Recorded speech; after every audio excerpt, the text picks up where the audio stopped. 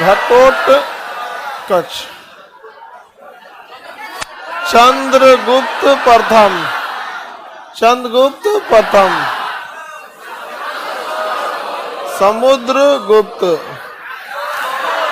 रामगुप्त, रामगुप्त के बाद चंद्रगुप्त द्वितीय, चंद्रगुप्त द्वितीय, इसके बाद कुमार, स्कंद, भानुगुप्त, और उसके बाद विष्णुगुप्त। अंत हो गया विष्णुगुप्त के बाद। विष्णुगुप्त जो था इस वंश का अंतिम शासक था। हालांकि हुंड के आक्रमण को स्कंदगुप्त ने भी क्या किया था, रोक दिया था। हुंडों के आक्रमण को सबसे कठोरता से रोका था समुद्रगुप्त। किसने रोका था? समुद्रगुप्त ने। स्कंदगुप्त जो था उसने भी हुंडों के आक्रमण को रोक दिया था, लेकिन विष्णुगुप्त हुंड आक्रमण को नहीं रोक पाए थे। विष्णुगुप्त हुंड आक्रमण को नहीं रोक पाए थे। गुजरात में जूनागढ़, गुजरात में क्या है? जूनागढ़। ये नीचे वाला एरिया का नाम क्या है? जूनागढ़। तो जूनागढ़ अभिलेख दो लोगों का है। एक जूनागढ़ का जो मेन अभिलेख है वो रुद्रदामन का। किसका? रुद्रदामन, रुद्रदामन का, जिसमें सुदर्शन झील की चर्चा है। और एक जूनागढ़ अभिलेख स्कंदगुप्त का। किसका? स्कंदगुप्त का। इसने भी पुनर्निर्माण कराया था। किसका? सुदर्शन झील का। लेकिन ये अपन को अलग अभिलेख लिखवाए उसके बगल में, मैं गुप्त शासक स्कंदगुप्त इस झील का पुनर्निर्माण करवा रहा हूँ। इस झील का क्या करा रहा हूँ? पुनर्निर्माण। और इसी स्कंदगुप्त के में अभिलेख में हुंड आक्रमण की चर्चा है। किसकी चर्चा है? हुंड के आक्रमण। बताया जाए जूनागढ़ अभिलेख किसका है? सबसे पहले तो चंद्रगुप्त मौर्य का हो गया। जूनागढ़ अभिलेख चंद्रगुप्त मौर्य, ले कर दी। चंद्रगुप्त मौर्य का ये नहीं है। जूनागढ़ अभिलेख रुद्रदामन का है, जिसने सुदर्शन झील का पुनर्निर्माण कराया। जूनागढ़ में एक और शासक का अभिलेख है स्कंदगुप्त, जिसमें सुदर्शन झील और पुनर्निर्माण की चर्चा तो है ही, साथ ही साथ हुंड आक्रमण की भी चर्चा है। किसकी चर्चा है? हुंड आक्रमण की चर्चा है। हुंड मध्य एशिया से आया था, सब बड़ी मार खा था सब। हुंड से ज्यादा मार खा कोई नहीं मिलेगा आप लोग को। बाहुबली फिल्म देखें, उसमें जो आता है करिका लड़ाई करने, हाँ कहता है कि युद्ध आ जाओगे तो शिवगामी देवी को हम बियाह करके लेके चल जाएंगे। हाँ, कटप्पा भी गुस्सा आ जाता है। ये सोचा तूने, आंटी जी को कहां ले जाएगा तू? आगे बढ़े। रुद्रदामन का ही मेन जूनागढ़ अभिलेख। जूनागढ़ अभिलेख जो मेन किसका है? रुद्रदामन का ही है। एरण अभिलेख किसका है? भानुगुप्त। एरण अभिलेख भानुगुप्त का था।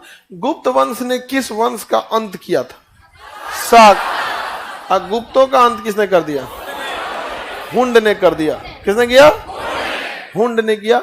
हुंड जो थे वो मध्य एशिया से आए थे। कहां से आते हैं? मध्य। ईरान और अफगानिस्तान के आसपास के एरिया थे। बामियान उनकी हुंड की राजधानी हुआ करती थी। बामियान, इनका कोई जाति धर्म नहीं था। ये लुटेरे थे सब, जहां मन वहां तक लूट लेता था सब। एकदम चीन तक लूटने गया था सब। चीन वगैरह हर जगह लूटने गया था सब। यहाँ पे भारत में भी आया था सब लूटने। यहाँ पे समझ में आ गया कि नहीं गया? भारत में इसके लिए मलेच्छ शब्द का प्रयोग है। किसका समझ? मलेच्छ। देहात में जो लोग 1-2 महीना नहीं नहाता है ना, तो उसको हम लोग क्या कहते हैं? मलेच्छ है एकदम। समझ में आ गया कि नहीं आ गया? गर्मी लग रहा है आप लोग को? कितने लोग को लग रहा है? तो मलेच्छ लोग नहा के आया करो। ठंडा लग रहा है तो तुम डॉक्टर को दिखाओ, तुम बीमार है तो। देहात में ना मलेच्छ किसको बोलते हैं लोग?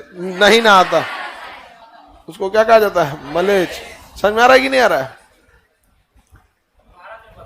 हाँ हुंड नहीं नहीं, कहीं बसने वाला नहीं थे, सब मार और के चल जाता था सब। कैसे बाहुबली फिल्म में जो पिंडारी होता था सब, और जो काला काला आता था सब, वहां पे ह्यूमन स्केलेटन का पूजा कर रहा था, कंकाल तंत्र लेके आया था, पूजा कर रहा था उसका, कंकाल तंत्र बचाइए युद्ध जा रहे हैं।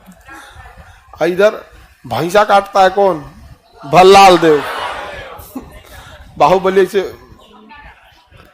ऐसे कहता हम अपना रक्त दे देते हैं, समझा? बाहुबली बढ़िया रहता है, समझदार रहता है। तो हुंड समझ में आ गया आप लोगों? हुंड के आक्रमण के गुप्त काल जो था वो बहुत, मतलब भारतीय इतिहास का स्वर्ण काल कहा जाता है गुप्त काल को। भारतीय इतिहास का स्वर्ण काल, इसे तीन तीन चीजों का स्वर्ण काल कहा जाता है। भारत का स्वर्ण काल गुप्त काल, संस्कृत का स्वर्ण काल गुप्त काल, संस्कृत का गुप्त काल, और साहित्य का स्वर्ण काल गुप्त काल। क्योंकि जितनी किताबें गुप्त काल में लिखी गई और कहीं नहीं लिखी गई, जितना विद्वान संस्कृत के गुप्त काल में थे वो कहीं नहीं थे, और हर क्षेत्र में सर्वांगीण विकास हुआ तो गुप्त काल में। महिलाओं के विकास की चर्चा है, महिलाएं विद्या ग्रहण कर सकती थी। देवदासी की भी चर्चा है, कोई महिला रोती थी ना, घर द्वार छोड़ के अब मंदिर में समर्पित हो जाती थी, अब मंदिर में रहना ये करना, तो उसको क्या कहा जाता था? देवदासी कहा जाता। क्या कहा जाता था? देवदासी कहा जाता। इसकी भी चर्चा है। हालांकि उस समय छुआछूत था, हालांकि उस समय क्या था? छुआछूत था, छुआछूत था। समझ में आ गया कि नहीं आ गया? यहाँ पे किसी को दिक्कत? आगे बढ़ जाए। छुआछूत की व्यवस्था थी इस समय, और ये छुआछूत की जानकारी चंद्रगुप्त द्वितीय के दरबार में विदेशी यात्री फाहियान जो आया था, क्या था? फाहियान। फाहियान ने अपनी पुस्तक फो क्यू की, फ से फाहियान, फ से फो क्यू की, तो फाहियान ने अपनी पुस्तक किसमें लिखा है? फो क्यू की में। किसकी चर्चा किया है? छुआछूत की। तो ये एक गुप्त काल के में एक गलत चीज था कि उस समय इतना जब विद्वान थे लोग तो छुआछूत नहीं रहना चाहिए। समझ में आ गया कि नहीं आ गया? निम्न जाति के साथ भेदभाव उस समय था, और अच्छे खासे चरम पर उस समय क्या था? भेदभाव था गुप्त काल में। समझ में आ रहा है कि नहीं आ रहा है? आप सब लोग के पास पीडीएफ है? हाँ? वर्तमान हिंदू धर्म किस काल का स्वरूप है? गुप्त काल का। इनकी राजधानी मगध थी या कौशाम्बी? इस समय सबसे बड़ा भाग प्रशासन का इकाई होता था, जिसका सबसे बड़ा क्या होता था? राजा। न्याय का भी सर्वोच्च कौन होता था? राजा। न्याय में इन सारे राजाओं में सबसे प्रसिद्ध कौन हुआ? चंद्रगुप्त द्वितीय। इसका न्याय का सिंहासन किसका था? इस समय सबसे प्रमुख अधिकारी जो होता था कुमार आमात्य, जो डिस्ट्रिक्ट मजिस्ट्रेट के बराबर होता था। अब आप लोग बताएंगे, गुप्त काल में डीएम के पोस्ट पर था कुमार आमात्य। गुप्त काल में डीएम के पोस्ट पर कौन था? कुमार आमात्य। सबसे बड़ा कौन होता था? राजा। और डिस्ट्रिक्ट मजिस्ट्रेट कौन होता था? कुमार आमात्य। अरे मीडिया, कुमार आमात्य कौन था? कुमार आमात्य होता था। ये डीएम के पद पे था। लेकिन अगर क्वेश्चन कर देगा कि मौर्य वंश में डीएम के पद पे, हाँ तुमको जी बोलती है वहां तो पहला क्लास, कितना चौथा क्लास है? टीचर। हाँ तब तुमको कैसे राजू पता चल जाएगा? मुंह ऐसे मिला के हिला रही तुम। राजू नहीं याद है अभी आपको? नहीं समझा? क्या था वो? राजू। राजू को होता था। राजू बहुत बड़ा पद था उस समय, डीएम का पद होता था राजू। आज भी आप जिला में टॉप कीजिएगा तो पुरस्कार देने डीएम ही आते हैं। समझ में आ गया नहीं? कुछ कुछ डिस्ट्रिक्ट मजिस्ट्रेट जिला के लिए बहुत काम कर देते हैं, अब कुछ कुछ तो आते हैं टाइम पास करके चल जाते हैं। समझ में आ गया? कुमार आमात्य समझ में आ गया कि नहीं आ गया? यहाँ पे महिलाओं को शिक्षा दिया जाता था कि नहीं दिया जाता? क्या इस समय छुआछूत यानी अस्पृश्यता प्रचलन में थी कि नहीं थी? निम्न जाति के लोगों को चंडाल कहा जाता था। निम्न जाति के लोग क्या कहते हैं? चंडाल। बताइए, ये एक गुप्त काल की सबसे बड़ी खराबी थी यहाँ पर। समझ में आ गया कि नहीं आ गया? अच्छा, निम्न जाति बोलता किसको था? जो यहाँ का मूल निवासी था। नहीं समझिए, जो भारत का मूल निवासी था ना, जो द्रविड़ थे, जो आदिवासी थे, जो ये दलित होते थे, ये मूल निवासी थे यहाँ के। बाकी तो कोई हुंड से आया, कोई कुषाण से आया, कोई शक से आ गए, सब पहलव आए, सब इंडो ग्रीक आए, मध्य एशिया से, और यहाँ वालों को चंडाल कह रहा है। समझ में आ गया? क्यों? क्योंकि उन्हें पता था अगर सबसे पहले किसी को सामाजिक पतन करना है तो पहले उससे शिक्षा छीनिए। अगर आपके पास शिक्षा नहीं रहेगा ना, तो एक शिक्षित व्यक्ति से आप लड़ के देखिएगा, आपका तुरंत जवाब नहीं देगा, भले आपको चौपट करने में 10 साल लगा दे, लेकिन आपको कभी उसमें दो चीज देखिए, उतावला नहीं होगा और भाषा को नहीं खराब करेगा। कहेगा सबका है, हमसे दुश्मनी कर रहे हैं। शिक्षित व्यक्ति वो भाषा खराब होने नहीं देगा और उतावला नहीं होगा। समझ में आ रहा है कि नहीं आ रहा है? और अशिक्षित व्यक्ति से देखिएगा, जहां झगड़ा करेंगे तुरंत मारेगा, और गाली गलौज सरापने और अपने सब पे आ जाएगा। तोरा कौन सी औकात है, हम दिखाएंगे तुमको, ये ले बबुआ चाचा मामा सब लोग आओ, एगो झगड़ा हो गया है, आइए, हम अकेले नहीं फरिया पा रहे हैं, इतना दम नहीं है हमरे में, आ जाइए सब आइए।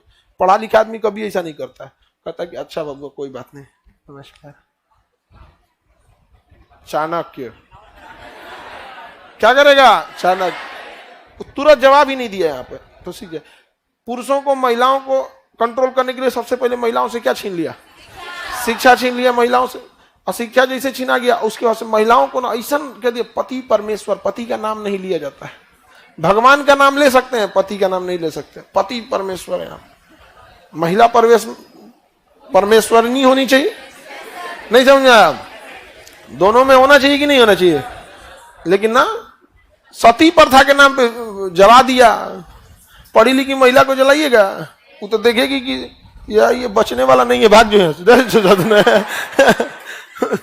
अरे हमको कोई जलाता तो हम देखते कि नहीं बचने वाला, निकल जाते हैं यहाँ पे यार। और वो उकरा चक्कर में कोई जिंदा जलाएगा जी?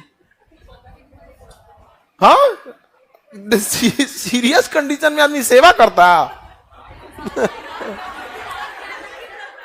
हाँ, आप खुद अपना होता है कि यहाँ पे पूछते तो भाई एक हफ्ता चल हम 2-3 स्टेट हिल जाते हैं। श्रवण बेलगोला भाग जाओ कर्नाटक, अरे निपट जो यार यहाँ से। उस समय कौन सा गूगल जीपीएस था कि पकड़ाइएगा आप यहाँ पे? बताइए कितना गलत हुआ महिलाओं के साथ, बाप रे बाप। अच्छा, इतना देखिए, समाज में पिछड़ी जातियों को, महिलाओं को बहुत सताया गया। हालांकि इस पृथ्वी पर मानव के साथ अगर सबसे ज्यादा अत्याचार हुआ है तो यहूदियों के साथ हुआ है। उनसे ज्यादा अत्याचार किसी पे नहीं हुआ, यहूदियों पे। जर्मनी के लोग जब अपने यहाँ पार्टी देते थे ना, तो पार्टी के बाद जैसे हम लोग के यहाँ कैसे वो मिठाई कुछ खा लेते हैं, तो पार्टी के बाद जर्मनी के लोग ना मनोरंजन करते रहते थे। तो वो लोग ना वेटर यहूदी रखते थे, यहूदी वेटर, हिटलर के समय में। और खाना खाने के बाद ना उनको गोली मारते थे वेटर सबको। धाए ये बंदूक नहीं है, ये ट्राई करो। तो कोई छोटा लड़का है उसको मार दिया यहाँ पे। उतना अत्याचार यहूदियों से जितना उनके साथ हुआ उतना किसी के साथ नहीं हुआ। और यहूदी इसको भली भांति समझ गए थे। समझ में आ गया कि नहीं? भली भांति कि हम अगर पढ़ाई से गए ना तो हमेशा के लिए गए। इसलिए यहूदियों ने अनिवार्य कर दिया शिक्षा। आज यहूदी को कोई आंख उठा के देख ले, अखियां निकाल के हाथवा में दे देगा, लीजिए। इजराइल को जाके देख ले कोई, इजराइल को। आप यहां से कुछ उल्टा सीधा बोलिएगा ना, उसको पता है मोसाद वालों को। जहां नौटंकी कीजिएगा इजराइल ये इजराइल वो, पता चलेगा कि पता नहीं कहां गए आप। यहाँ पे कोई हिटमैन आया, हिटमैन समझते हैं धक्का देने वाला आदमी। सड़क पे चल रहे थे, धक्का दिया, उलट गए आप, पता नहीं कैसे धक्का दिया, सटा के वो ट्रक निकाल देगा आपको। बहुत खतरनाक होता है इजराइल वाले। समझ में आ गया कि नहीं? तो गुप्त काल की एक ही खराबी थी कि इन्होंने जो महिलाओं के लिए तो ठीक है भैया, महिलाओं के लिए क्या था, पढ़ने लिखने की व्यवस्था थी, लेकिन समाज में अस्पृश्यता था। और उनको लिए कौन सा शब्द का प्रयोग होता है? चंडाल शब्द का प्रयोग होता है। किसका प्रयोग हुआ? चंडाल शब्द। ये गुप्त काल की सबसे बड़ी खराबी थी। इस समय स्त्रियों की शिक्षा का अधिकार था, वो देवदासी हो सकते थे। इस समय बाल विवाह, पर्दा प्रथा और सती प्रथा का भी प्रचलन था। सती प्रथा तो आप जानते हैं कि पति मर गया, पत्नी को भी बैठाओ और क्या किया जाए, जला दिया।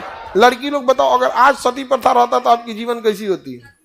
हाँ, ले एक बार हम भी आए ना करते हैं। सही बात है। कितना अच्छा देखिए, 2-3 को मौत बहुत खतरनाक होता है। एक डूब के, एक जल के। अच्छा, उसको जिंदा चला रहा है, उससे तो आसान रहता है तो उसको मार देता। नहीं तो बहुत देर तक में जलता है आदमी, तनी सा जल जाता है। रोटी खाना बनाते में तो आदमी लहर जाता है वहां पे। अच्छा उसको खूब बढ़िया से चारों ओर से घेर के चला देता, भागने लगती थी उतर के, भाई कोई भी उतर के तो पकड़ के धक्के रख देता था, उठा के बांध के उनको यहाँ रख दे, यहाँ पे बहुत अच्छा आपको स्वर्ग मिलेगा। अरे यही नरक दिखा रहा है सबके सामने उसको। तो सती प्रथा का प्रचलन था। बाल विवाह तो यहां तक था। अब भारत में अभियो गांव में बहुत जगह है, अभियो क्या है, बहुत जगह है यहाँ पे गांव में सती प्रथा है, बाल विवाह था यहाँ पे। समझ में आ गया कि नहीं आ गया? बाल विवाह, सती प्रथा, पर्दा प्रथा गांव में अभी भी पर्दा प्रथा है। और पर्दा प्रथा एक लिमिट तक ठीक है, नहीं तो ऐसा ना हो यूरोपियन कल्चर आ जाए कि पर्दा प्रथा के जगह पे एकदम नाचने लगो ऐसा ही। अरे वो सब यूरोप वालों को एक अलग है। पर्दा प्रथा, अत्यधिक पर्दा प्रथा गड़बड़ था, बट एकदम में नग्नता भी तो खराब है भैया। हमारी संस्कृति ये देखिए, हम लोग क्या है ना कि हम यूरोप नहीं हो सकते हैं। यूरोप के जैसे यूरोप है वैसे नहीं है, खाली वेस्टर्न कंट्री के यही अपनाना है। वेस्टर्न कंट्री में देखिए वहां पे उन लोग का एजुकेशन लेवल कितना ज्यादा है यहाँ पे। तो पर्दा प्रथा जो थी वो बहुत ज्यादा नहीं थी, समझ में आ गई नहीं गया। लेकिन ये बाल विवाह वगैरह, और बाल विवाह अभी भी बहुत हो जाता। गांधी जी का भी तो बाल विवाह हुआ था, फूलन देवी का क्या हुआ था, बाल विवाह हुआ था। 35-40 साल का आदमी थे, 13-14 साल की लड़की थी यहाँ पे। समझ में आ गई कि नहीं? फूलन देवी, कम अत्याचार हुआ था उनके ऊपर। अब क्योंकि नहीं, पहले समय में भी अस्पृश्यता बहुत ज्यादा था, छुआछूत बहुत ज्यादा था यहाँ पे। तो फूलन देवी के सामने भी तो बहुत ज्यादा अत्याचार हुआ था, निर्वस्त्र करके सबके सामने घुमा दिया गया था। सोचिए किसी महिला का 25-30 आदमियों ने रेप करके और निर्वस्त्र करके सबके सामने घुमाया। सबसे खतरनाक आदमी होता है एक शरीफ इंसान, जब उसके अंदर से जीने की ख्वाहिश खत्म हो जाए, फिर वो परमाणु बम से नहीं डरता है। एक महिला, उसने कहा अब बचल कौन चीज ससुरा। एक समाज ने जाति के नाम पे हमेशा प्रताड़ना किया यहाँ पे। उसके बाद उसी समय फूलन देवी ने डाकुओं का गिरोह शामिल की और उसके बाद एक एक को चुन चुन के मार दिया। बिहार में, चंबल में, बिहार चंबल का एरिया था, बिहार बोलते हैं ना वहां पे। यहाँ पे पूरा उस समय फूलन देवी, देखिए फूलन देवी जो भी है हत्या की, आप किसी भी हत्या को सही नहीं ठहराएंगे, लेकिन ये भी देखिए उसके साथ क्या हुआ है, समाज ने क्या किया उनके साथ। यहाँ पे बिहार में एकदम खतरनाक थे। वहां पे गरज उठी थी बिहार में, वो बंदूक पुरानी थी, नाम था उसका फूलन देवी, वो चंबल की रानी थी। अब तो महिलाओं पे बहुत अत्याचार, किसी पे ज्यादा अत्याचार कीजिए, कितना देर तक बर्दाश्त करेंगे? हाँ, उसके बाद से तो न्याल के बंदूक उठा के जो जो अत्याचार किया था ना, सबको मार दिया यहाँ पे। लेकिन अभी भी देखिएगा गांव, देखिए शहरी क्षेत्र में एक चीज है ना कि जाति व्यवस्था, ऊंच नीच थोड़ा गांव के तुलना में कम है। क्या है? कम है। तो यहाँ पे ना शहरी क्षेत्र में कम होने का एक रीजन भी है कि शहर का निर्माण माइग्रेशन के बाद होता है कि आप गांव से उठ के आए, कोई यहां से आए, तो आपका बहुत पुराना बैकग्राउंड नहीं मिलता है यहाँ पे। तो कोई कहीं से आया, कोई कहीं से आया, तो ज्यादा कूदता नहीं है। गांव में उसका परदादा, लकड़दादा, चौथे दादा से वही है, सब पता है कि अच्छा है तुम ज्यादा कूद रहा है क्या, तो परदादा तो यही दुकान लगाते थे, तो तुम बोलेरो खरीद लिया तो ज्यादा उड़ेगा। सब इतिहास जानता है। तो थोड़ा सा ना अभी भी कंजर्वेटिव ज्यादा रहते हैं। तो गुप्त काल की अच्छाइयां भी थी तो कुछ खराबियां भी थी। समझ आ गया कि नहीं आ गया? किसी को दिक्कत? भारत की ये जाति व्यवस्था बहुत बड़ी खराबी रही थी। हाँ, स्त्री भी सती होती थी, खुद से सती हो जाती थी, प्रथा वही था। सती नहीं हुईगा तो समाज बहिष्कार कर देता था। समझ में आ गया कि नहीं आ गया? जब एक चीज का प्रथा बना दिया जाता है तो उसको मानना पड़ता है। समझ में आया कि नहीं गया? हम लोग जो भी धार्मिक रीति रिवाज को मानते हैं, चाहे वो मुस्लिम धर्म हो, हिंदू धर्म हो, जैन धर्म, किसने लॉजिक पूछा आज तक? मम्मी को देखे जैसे पूजा पाठ करते हुए, जैसे नमाज पढ़ते हुए, वैसे हम लोग भी फॉलो करते हैं। तो उस समय जब सब सती प्रथा था तो सबको सती प्रथा था। और जब किसी की मृत्यु होती है ना, उस दिन इंसान भावनाओं में होता है। खास करके अगर किसी की पति की मृत्यु हो जाए तो उस दिन वो भावनाओं में होता है। अब किसी का बेटा मर जाए, उसकी माँ कितनी भावनाओं में रहेगी, उसको चढ़ा देगा पूरा समाज, मर जाओ, वो चढ़ जाएगी, मर जाए अपने बेटवा के साथ। नहीं समझ में आया? तो भावनाओं का गलत इस्तेमाल किया। किसी की घर में अगर मृत्यु होती है 2-4 दिन तक तो ऐसा लगता है कि जो पूरा दुनिया खाली है। उसके बाद धीरे धीरे वक्त जो होता है ना, गहरे से गहरे जख्म को भर देता है। हालांकि ये गलत बात है। वक्त किसी जख्म को नहीं भरता है, बल्कि वक्त के साथ हम उस दुख दर्द के साथ जीना सीख लेते हैं।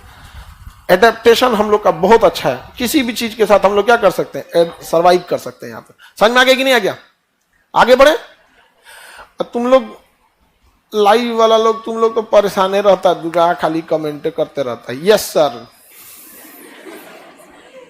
आगे समय, इस समय वैश्यावृत्ति जो थी वो भी अपने मतलब चरम पे थी। वैश्यावृत्ति का भी प्रचलन था। कुटनी वैश्याओं के लिए शब्द का प्रयोग हो जाता था। गणित और ज्योतिष विज्ञान इस समय का सबसे प्राचीन विज्ञान था, गणित और ज्योतिष। इस समय गणित क्या था?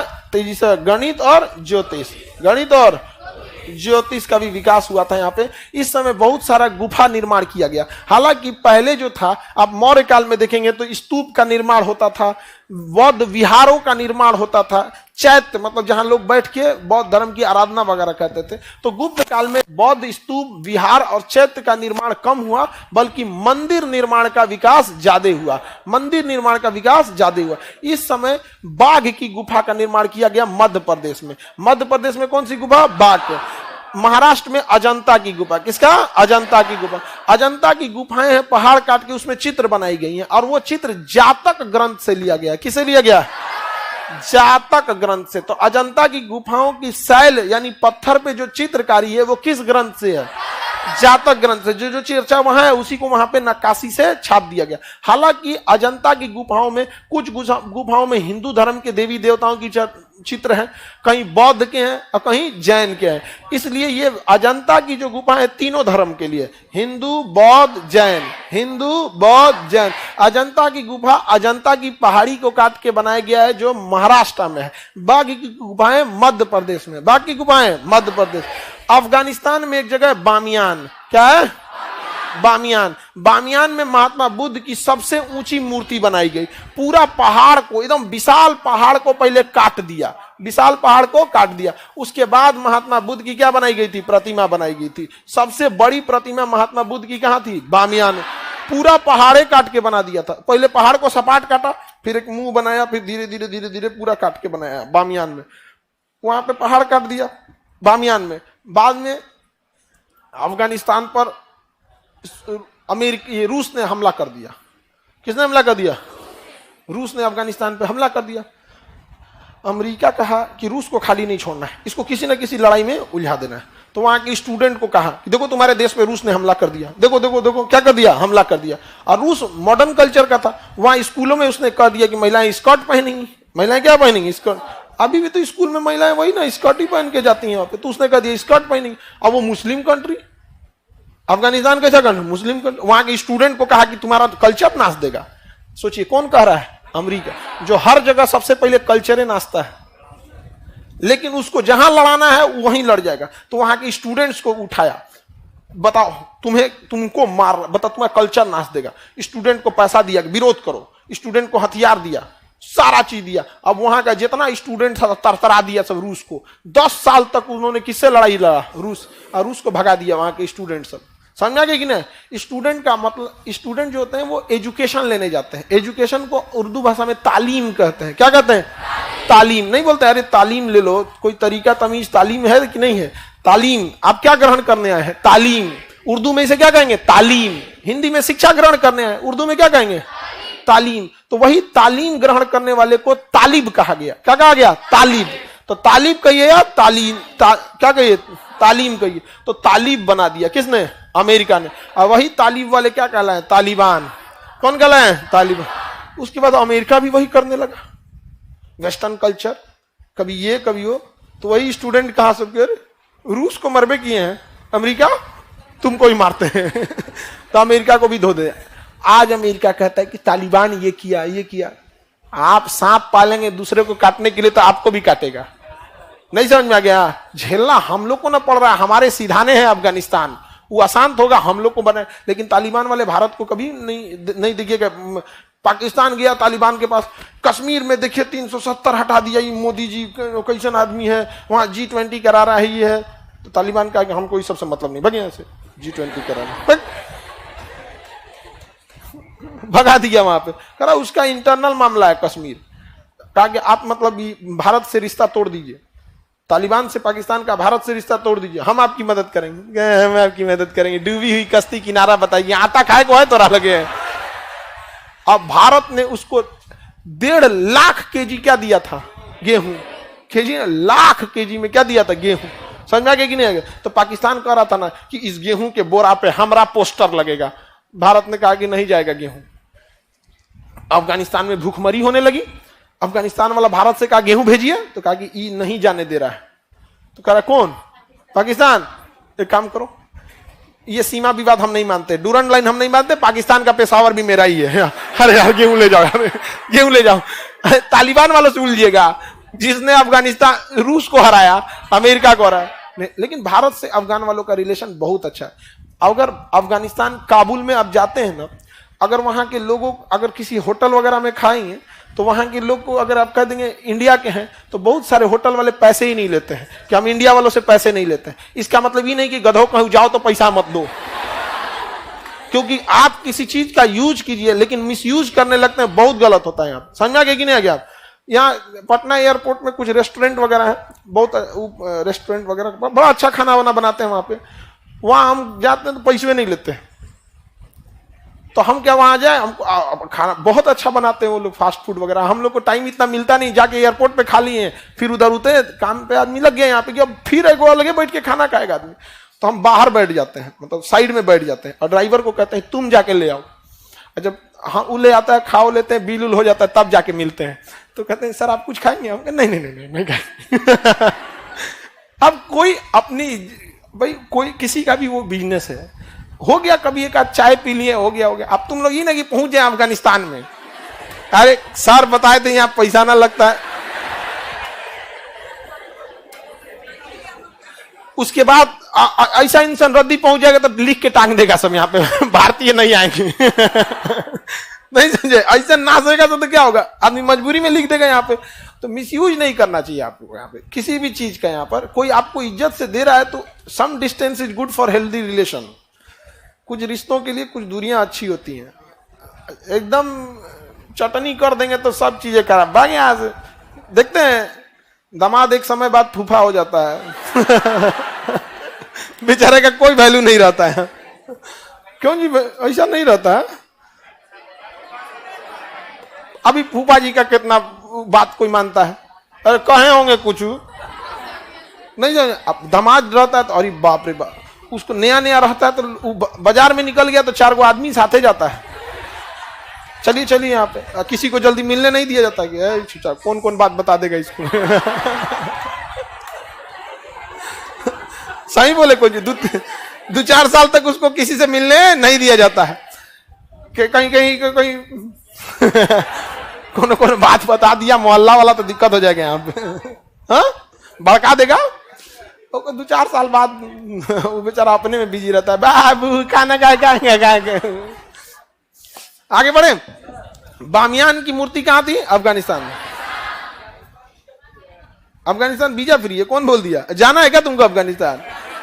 अभी शांति से रहो वहां पे, माहौल उतना भी सही नहीं है वहां पे। लेकिन अफगानिस्तान भारतीयों के लिए बहुत अच्छा है।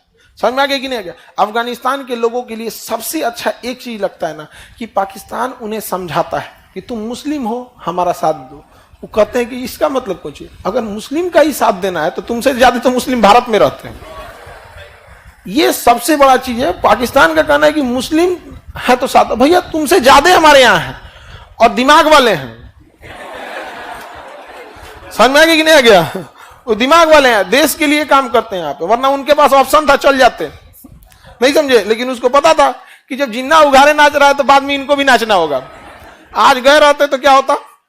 आटा के लाइन में लगे रहते। तो आज हिंदुस्तान में हम लोग कितने खुशहाल हैं लोग यहाँ पे। अगर हमारे यहाँ चुनाव ना हो तो कोई हिंदू मुस्लिम ऊंच नीच का बातें नहीं है। चुनाव खत्म, सब एक हो जाते है कि नहीं? यहाँ पे ऐसा थोड़ी हो गया कि कोई अगर अगल बगल में होगा आपके बगल में तो ईद के दिन आप उसके यहाँ सेवई नहीं खाए होंगे, या दिवाली के दिन उसको मिठाई ना खिलाए होंगे, या होली में उसको रंग ना लगाए होंगे। होगा ऐसे? सब एक साथ मिलजुल के रहते हैं यहाँ पे। तो कभी कभी चुनाव में आदमी झगड़ा कर देता है यहाँ पे, वो अलग बात है। अफगानिस्तान वाला ना बामियान महात्मा बुद्ध की मूर्ति में बॉम्ब बांध दिया, चारों ओर क्या बांध दिया? बॉम्ब उड़ा दिया मूर्ति। दुनिया की सबसे ऊंची मूर्ति बामियान में तालिबान वालों ने क्या कर दिया? उड़ा दिया। गलत किया, इसमें बहुत गलत किया वहां पे। ऐसा कभी किसी के धर्म के साथ नहीं करना चाहिए।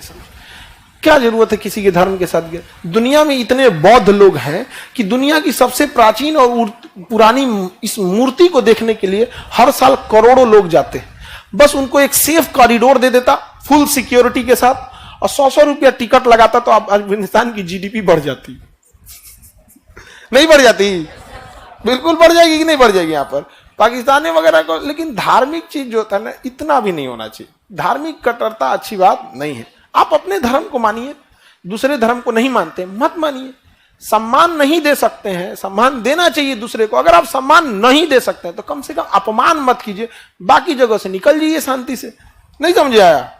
तो दिक्कत क्या होता है ना कि आप मानते हैं अपना और दूसरे का मत मानिए, तब तक तो ठीक ही है। सम्मान नहीं दे सकते हैं तो चुपचाप चल जाने, अपमान पे काहे उतर जाते हो? आई जितना होता है ऐसा नहीं, अपने धर्म को भी नहीं मानता है। आप जितना दूसरे धर्म के बारे में उल्टा सीधा बोलिएगा, धर्म प्रेम ये दो चीज को आप जितना दहलीज में बांधिएगा उतने वो गहरा हो जाता है।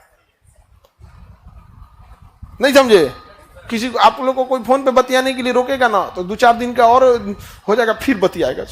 हम ना रह पाई तो समझा कि नहीं? ये गलती किया था यहूदियों को खत्म करने के लिए। यहूदी जो थे, हिटलर ने कहा कि हम यहूदियों को खत्म ही कर देंगे। हिटलर खत्म हो गए। हिटलर खत्म हो गए कि नहीं खत्म हो गए? यहूदी खत्म हुए? पुष्यमित्र शुंग, हम बौद्ध को खत्म कर देंगे। बौद्ध खत्म हो गए? नहीं, नहीं खत्म हुए। महापदम नंद, हम क्षत्रियों का नाश कर दें। क्षत्रिय नाश हो जाएगा जी? कभी नहीं होंगे। यहाँ पे कभी आप किसी जाति धर्म मजहब को कभी नहीं खत्म कर सकते। यह गलत फहमी है, बल्कि आपकी कृत्य आने वाली पीढ़ियों को भुगतना पड़ेगा। यहाँ आगे बढ़े तो बामियान में महात्मा बुद्ध की मूर्ति थी। तालिबान वालों ने क्या कर दिया? तोड़ दिया। सचुन ने बम लगा क्या कर दिया? उड़ा दिया तालिबान वालों ने। आगे बढ़े। इस समय मूर्ति निर्माण की प्रचलन थी, बहुत सारे मंदिर थे। यहाँ लिस्ट में आप लोग को मंदिर दिया गया है। विष्णु भगवान का तिगवा मंदिर, शिव भगवान का हुमरा मंदिर, पार्वती मंदिर कहाँ पे है? ये मध्य प्रदेश में है। तो ये मंदिरों के लिस्ट है उन समय में जो प्रसिद्ध मंदिर हुआ करते थे। लेकिन आपको उस समय का 3 चीज याद रखना है। मध्य प्रदेश में बाघ की गुफा, महाराष्ट्र में अजंता की गुफा और अफगानिस्तान में बामियान। अर्थव्यवस्था देखिए बाबू, उस समय प्राचीन काल में अर्थव्यवस्था किस चीज का था? आप कृषि करते थे, ये सबसे बड़ा व्यवसाय होता था और भूमि पर कर लगा दिया जाता था। यही उस समय राजस्व का मेन रास्ता होता था। भूमि कर यानी राजस्व, जिसे हम भू राजस्व कहते थे। तो गुप्त काल में अर्थव्यवस्था का सबसे बड़ा साधन जो था वो क्या था? भू राजस्व था। लोग खेती करते थे, उसी पे क्या लगाया जाता था? भू राजस्व। भू राजस्व भी 2 टाइप से हो जाते थे। या तो आप नगद पैसा दे सकते हैं, उस समय क्योंकि रुपया का प्रचलन हो गया था, चांदी का सिक्के का प्रचलन था। गुप्त काल में चांदी का सिक्के का प्रचलन था, तो आप नगद में टैक्स दे दीजिए या फिर अनाज के रूप में दे दीजिए। 25% टैक्स था, यानी कुल उपज का 1/4 देना था। कहीं कहीं बंजर जमीन थी तो कुल उपज का आपको 15% लगभग 1/6 देना होता था। 1/6 समझ में आ गया कि नहीं? तो कहीं उपज अच्छी नहीं है तो 15%, जहां उपज ठीक ठाक है वहां 25% देना होता था। टैक्स वहां पे भी हर राजा को अपने संभालने के लिए क्या चाहिए? टैक्स चाहिए। अब अलग अलग टैक्स था। अच्छी जमीन पे अच्छा टैक्स, खराब जमीन पे खराब टैक्स। कोई जमीन पे एकदम बंजर होती थी तो जमीन का भी क्या होता था? बंटवारा होता था, कौन सी जमीन अच्छी है, कौन सी जमीन खराब है। टैक्स में भी 2 तरह से था। कोई अस्थायी किसान था तो उससे ज्यादा टैक्स लिया जाता था, जो अपनी जमीन पे करता था। एक होता है बटैया वाला खेत, समझते हैं? खेत है लेकिन उसके पास ज्यादा आदमी नहीं है करने वाला, तो कह देता है कि खेत बटैया ले लीजिए, आधा आप दे दीजिएगा आधा हम। ऐसे ही करके बटैया होता है ना जी? हाँ, जोताई करके और कटाई आपके यहाँ ले आके पहुंचा देता है। अब उसके तो उस पर टैक्स तो कम ही लेंगे ना, क्योंकि उस बेचारे जिस किसान ने खेती किया है, जो अस्थायी काश्तकार है, जो अस्थायी किसान है, वो कितना आधा तो उसने जिसकी जमीन है उसी को दे दिया, बटैया खेत बोया। तो समझ में आ गया कि नहीं आ गया? तो उस पर तो ऐसा टैक्स क्या था? कम था। किसी को दिक्कत? तो कमोबेश अर्थव्यवस्था का मुख्य आधार क्या था? हाँ, कृषि था। क्या था? कृषि। गुप्तकालीन अर्थव्यवस्था आधारित थी किस पे? कृषि पे। वाण भट्ट ने सिंचाई के क्षेत्र को घटी यंत्र के प्रयोग का वितरण किया। अमर सिंह द्वारा रचित अमर कोश से पता चलता है कि इस समय 12 प्रकार की क्या होती थी? भूमि होती थी। अर्थव्यवस्था का सबसे बड़ा स्रोत भू राजस्व था। भू राजस्व को नगद भी दे सकते थे जिसे हक्य कहा जाता था, तथा अनाज के रूप में भी दे सकते जिसे मेय कहा जाता था। 1/4 भाग से लेके 1/6 भाग तक हुआ था। इस काल में कर को क्या कहा जाता है? भाग। टैक्स को क्या कहते हैं? भाग। जैसे 1/4 भाग, 1/6 भाग, तो मतलब हिस्सा। कर क्या है? राजा का एक हिस्सा होता है। यहाँ पे गुप्त काल में यहाँ पे देखिए उद्रंग जो था, अस्थाई लोग खेती रहते थे, वो लोग को क्या कहते हैं? उद्रंग कहते थे। और ऊपरी कर क्या होता था? जो बटैया वाला खेती करते थे और अस्थाई वाला खेती करते, उन पे टैक्स की मात्रा थोड़ी सी कम थी। कई प्रकार की भूमि थी, जैसे क्षेत्र जिसमें अच्छी खासी खेती हो जाती थी उसे क्षेत्र कहा जाता था। वास्तु जिसमें वर्ष मतलब क्या होता था, जो रहने वाली जमीन थी उसे क्या कहते थे? वास्तु। रेसिडेंशियल जमीन को क्या कहते हैं? वासु। जो बस जाने योग्य जमीन थी उसे क्या कहा गया? वासु। और जहां खेती के लिए जमीन था उसे क्षेत्र। अगला कह रहा है चारागाह जमीन पर पशुओं के लिए जो था चारागाह। सील जो था, जो जिस भूमि में आप खेती नहीं कर सकते उसे क्या कहा जाता है? सील। और एक है अपरहत, ये जंगल था। अपरहत क्या होता था? जंगल वगैरह होता था। तो अर्थव्यवस्था। गुप्तकालीन साहित्य, देखिए गुप्त काल को संस्कृत का स्वर्ण काल कहा जाता है, भारत का स्वर्ण काल कहा जाता है और साहित्य का स्वर्ण काल कहा जाता है। इस समय सबसे ज्यादा पुस्तकों की रचना की गई थी। तो पुस्तक जितनी रचना की गई थी इसमें लिस्ट दिए गए हैं गुप्त काल में। आप लोग कोई पुस्तक याद करके आना है, इसको हम मंडे को सुनेंगे, हम आगे बताते हैं। देखिए जैसे मृच्छ कटिकम शूद्रक ने लिखा है, मुद्रा राक्षस विशाख दत्त, देवी चंद्रगुप्तम विशाख दत्त, पार्वती प्रणय कालिदास, मेघदूतम कालिदास, मालविकाग्निमित्र किसने? कालिदास ने लिखा। तो ये सारी पुस्तक आपके पास लिस्ट दिया। पंचतंत्र विष्णु शर्मा, नीतिसार, कनाद, कामसूत्र, वात्सायन, महाभारत, वेद व्यास। तो ये जितनी पुस्तक है उसके रचयिता ये आप लोग को याद करके आना है, ठीक है? कल हम आपसे ये पूछेंगे। अब कल नहीं, मंडे को। अब सुदर्शन झील के बारे में समझते हैं। कौन सा? सुदर्शन झील। बड़ी झील की चर्चा हुआ जी। सुदर्शन झील एगो झील, ऐसा झील कौन सी बना, कल जाकर पूरा द के हल्ला करके रख दिया ऐसे। हाँ ये जूनागढ़ है, यहाँ कौन झील है? सुदर्शन झील है। तो जूनागढ़ में है कौन सा? सुदर्शन झील।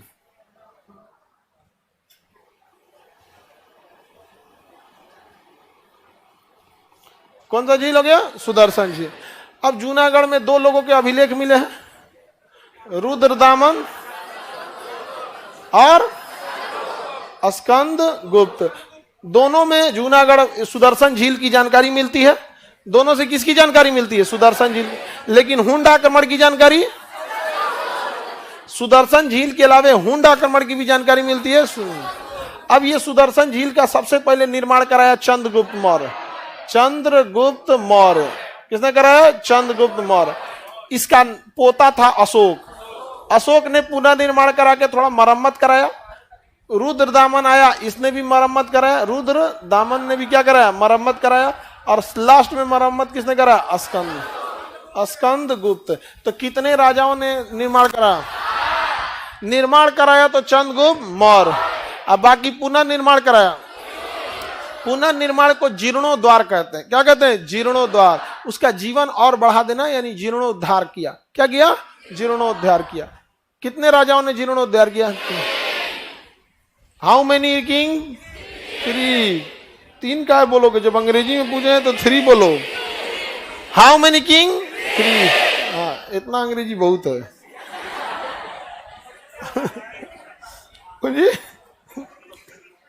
आगे बढ़े। सुदर्शन गलत लिखा हुआ।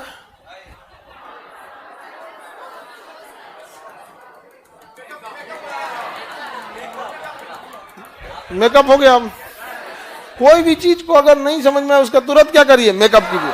तुरंत मेकअप कीजिए, तुरंत सही हो जाएगा। आप मेकअप हो गया। अब देखिए, हाँ हाँ हाँ लिखा हुआ है उसमें। हाँ अरे वही है।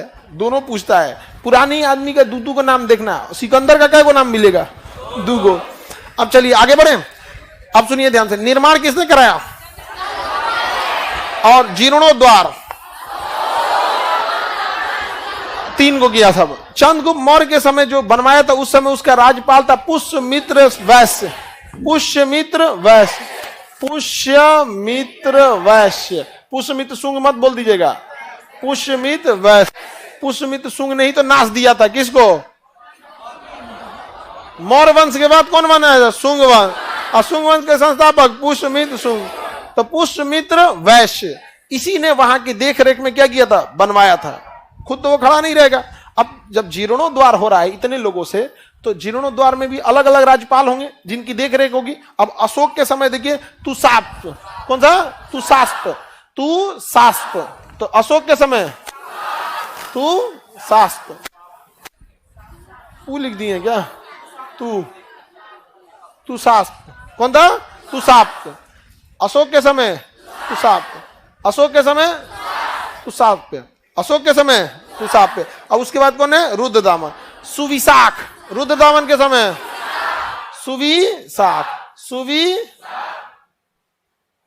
सुविशाख, कौन थे? सुविशाख। और लास्ट में कौन आएंगे? स्कंदगुप्त। ये भी जीर्णोद्वार किए थे पर्णदत्त। लास्ट में पर्णदत्त। तो सबसे लास्ट में कौन आएंगे? पर्णदत्त। पर्णदत्त। दिक्कत जानते हैं क्या है? ये सब पूछता है, ये सब पूछता है। बीपीएससी में पूछा था, इनमें से किसने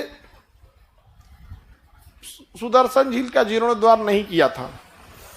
ये सब नहीं था, सब यही सब था, सब ठेकेदार सब। तो ठेकेदारवन का नाम पूछता है, इंजीनियर सब का। तो कौन कौन कंपनी ठेका ली थी? समझ आ गया कि नहीं आ गया?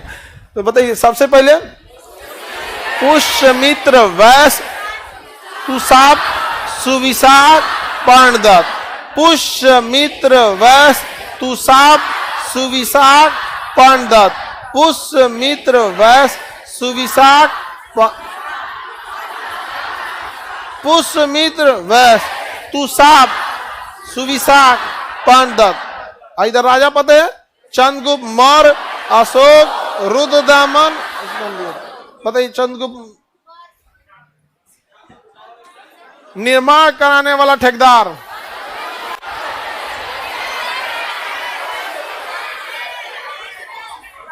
अरे हम एक कैसे सब निर्माण तो एक को किया होगा ना, चारों ठेकेदार का नाम ले लिया। वो सब मेंटेनेंस डिपार्टमेंट का था, सब वो कंस्ट्रक्शन डिपार्टमेंट का थोड़ी था, मेंटेनेंस डिपार्टमेंट का था।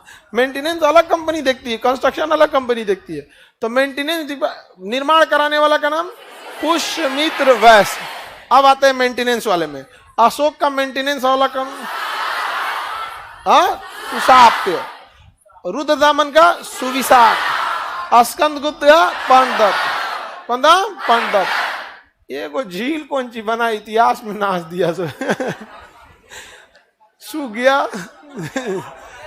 हाँ, सूख गया। अब उस समय का चीज अभी कहां से बचने वाला है? किसी को कोई दिक्कत? अभी हम लोग देख लिए। इसके बाद हुंड आक्रमण पढ़ा दिए आप लोग को। अब मंडे को आपको पढ़ाएंगे वर्धन वंश। और वर्धन वंश के बाद प्राचीन इतिहास का एक पड़ाव खत्म हो जाता है, और उसके बाद शुरू होंगे मोहम्मद बिन कासिम वगैरह। Any problem? चलिए, आगे का क्लास मंडे को करेंगे।